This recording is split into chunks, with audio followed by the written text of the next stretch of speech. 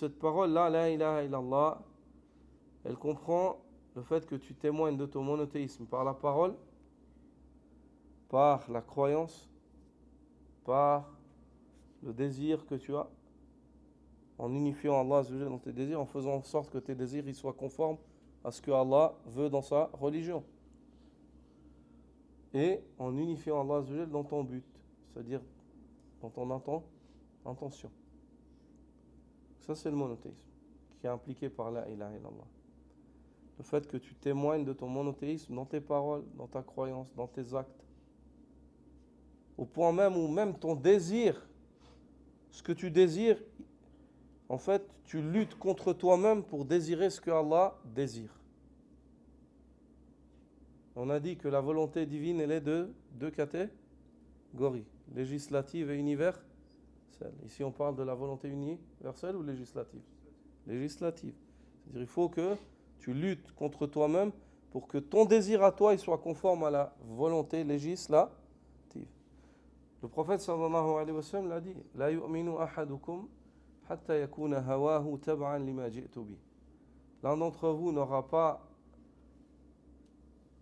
complété sa foi jusqu'à ce que ses désirs soient conformes à ceux avec quoi j'ai été envoyé. C'est-à-dire, tant que toi, ce que tu désires dans ton cœur, c'est pas conforme à ce que Allah veut dans son Coran ou son prophète dans la Sunna, tu n'as pas complété ta foi. Tu es un croyant qui a une foi manquante. Tu es malade en matière de foi. Il faut te guérir. Il faut te guérir. Non. C'est primordial que tu traites ta foi. Par Allah Azza wa Jalla, la maladie de la foi, elle mérite d'être traitée bien plus que la maladie du corps.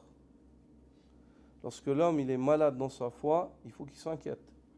Parce que lorsque l'homme il est malade dans son corps, nous l'avons vécu, et surtout si la maladie elle est grave et le danger c'est de quitter le dunya, à ce moment-là il va faire tout ce qui est possible pour traiter cela.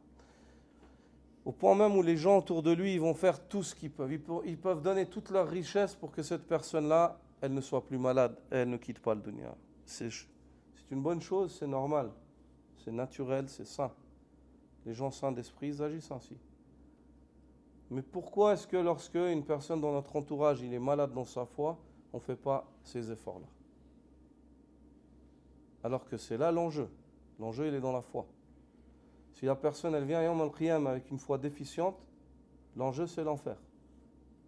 Si la personne, elle vient Yawm al-Qiyam avec une foi qui est inexistante, l'enjeu, c'est l'enfer pour l'éternité.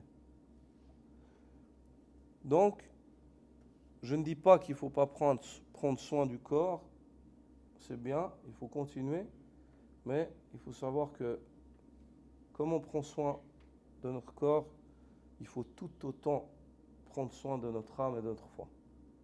Car par Allah Azza wa Jalla, l'enjeu il est de taille. L'enjeu il est de taille.